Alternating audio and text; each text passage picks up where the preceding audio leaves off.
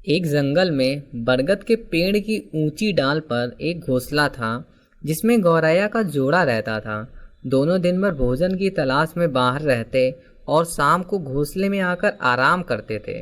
दोनों खुशी खुशी अपना जीवन यापन कर रहे थे। मौसम आने पर गौरैया ने अंडे दिए।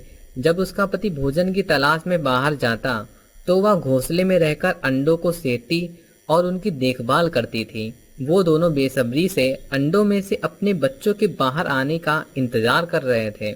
एक दिन रोज की तरह गौरैया का पति भोजन की तलाश में बाहर गया हुआ था और गौरैया घोंसले में अंडों की देखभाल कर रही थी। उसी जंगल में एक हाथी रहता था जिससे गौरैया की दोस्ती बहुत अच्छी थी। उनकी दोस्ती के चर्चे पूरे जंगल में होते रहते थे। उसी जंगल में एक दुष्ट कौवा भी रहता था जो गौरैया को बिल्कुल नहीं पसंद करता था। हमेशा गौरैया को परेशान करता रहता था। एक दिन जंगल में बहुत तेज बारिश होने लगी।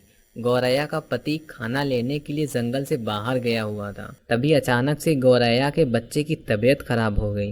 गौरैया अपने बच्चे की हालत देखकर बहुत परेशान हो गई और सोचने लगी, इस भयंकर बारिश में मैं कहाँ जाऊँ? मेरे पति भी बाहर है। मैं अकेली कहाँ जाऊँ अपने बच्चों को दवा लेने?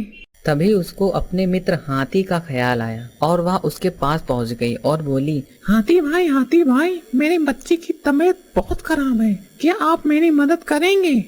हाथी गौरैया के साथ उसकी मदद करने के लिए चला गया और जैसे ही गौरैया घोंसले के पास पहुंची तो उसने देखा कि कौवा उसके बच्चों को परेशान कर रहा था और उसका एक पैर भी तोड़ दिया था। गौरैया यह सब देखकर बहुत तेज तेज से रोने लगी।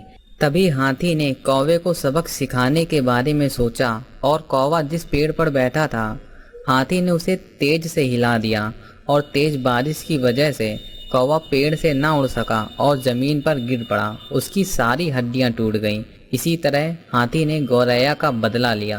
तब तक गौरैया का पति भी आ चुका था। वो यह सब देखकर चौंक गया और फिर दोनों ने मिलकर हाथी को बोला, हाथी भाई, तुमने मेरी बहुत मदद की है। इसके लिए आपका धन्यवाद।